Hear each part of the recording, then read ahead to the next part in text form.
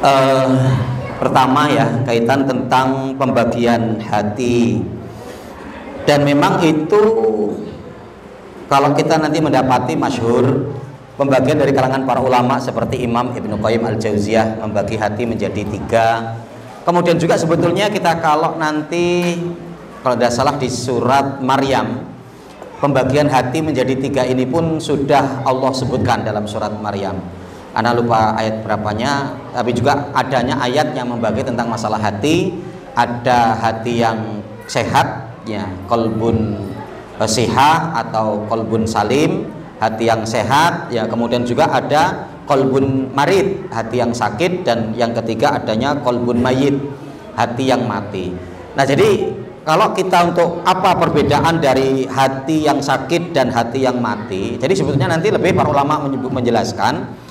Hati yang mati itu hatinya orang-orang kafir.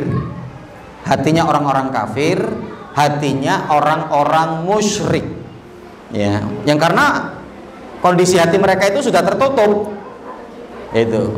Maka nanti kufur itu kan artinya adalah asatru. Satru itu artinya menutupi, sater kan?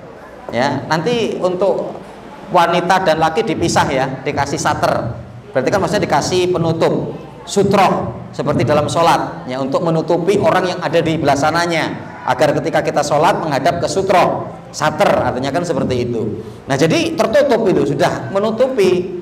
Jadi apa ya, ada istilah ya, kaum sawaun alaihim a'angdartahum am lam tumdirhum fahum la yu'minun. Dikasih peringatan maupun enggak sama gitu ya.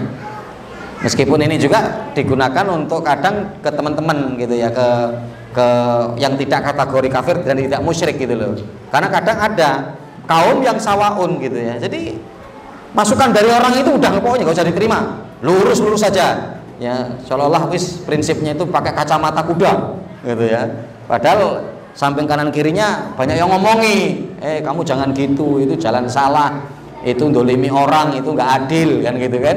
Tapi udah, maka diistilahkan dengan kaum sawaun gitu ya, karena sama saja diingatkan ataupun tidak, layuk minun, tidak mau beriman, tidak mau berubah ya, tidak mau apa memilih yang lebih baik, jalan kebaikan, artinya kan begitu.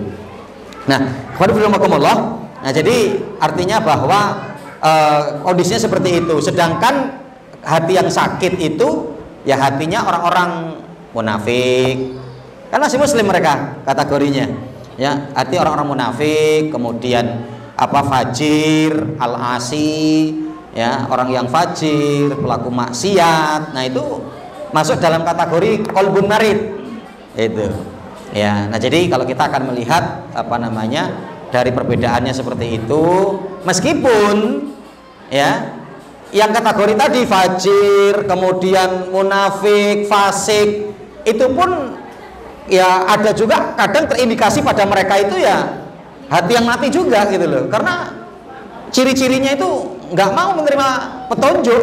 Kan mungkin ada kan muslim yang dikandani itu ya nggak masuk blas gitu ya, nggak mau menerima sama sekali gitu ya, bahkan malah lebih menentang kan gitu. Nah, itu ya terindikasi begitu, tapi kita tidak mengecap, artinya kan begitu, karena dengan adanya ciri-ciri yang mereka sudah menutup diri, membatasi, membuat benteng, membuat sater, artinya begitu.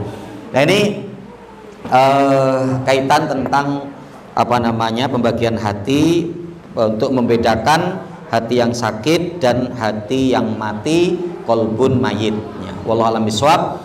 Kemudian yang kedua tadi kaitan tentang diantara madakhilu syaitan lil qulub atau lil qalbi, pintu-pintu syaitan untuk menjebol benteng hati, diantaranya tadi adalah karena kekenyangan ya. Jadi karena kekenyangan sebetulnya nanti walau alam bisawab, meskipun kalau mau dibawa kepada pengertian untuk banyak berpuasa, maka bisa-bisa saja.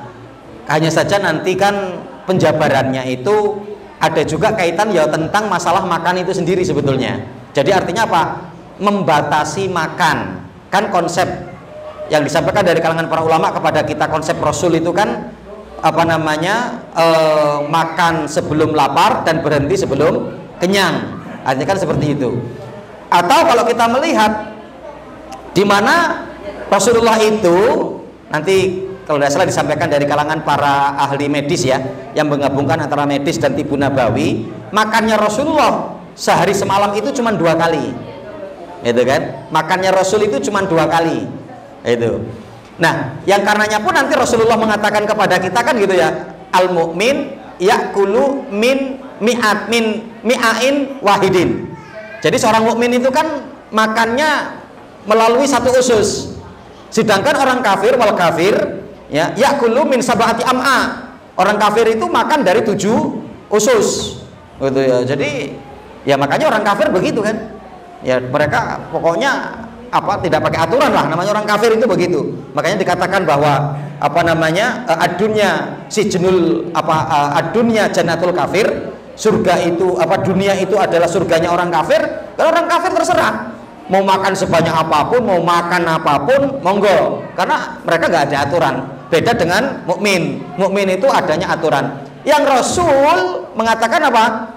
Ya yukimna solbuhu. Ya, jadi orang mukmin itu makan itu hanya bisa untuk agar bisa menegakkan tulang sulbinya.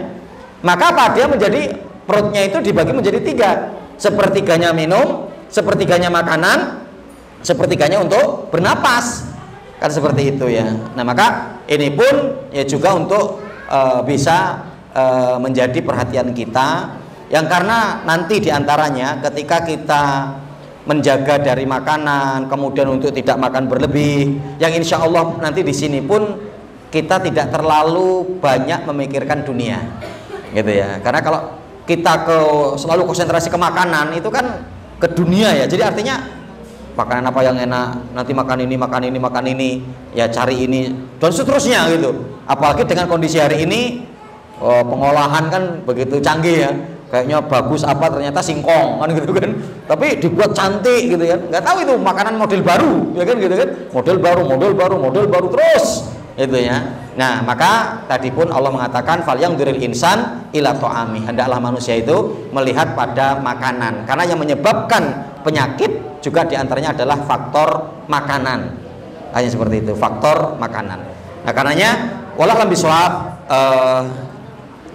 kalau kita akan melihat kepada konsep untuk mengatur makanan, yang paling jitu memang dengan puasa itu. Nah, maka kita mengaitkan makna daripada hadis ini untuk dengan bagaimana kita untuk berpuasa, maka insya Allah boleh-boleh saja dan tidak melanggar daripada syariat.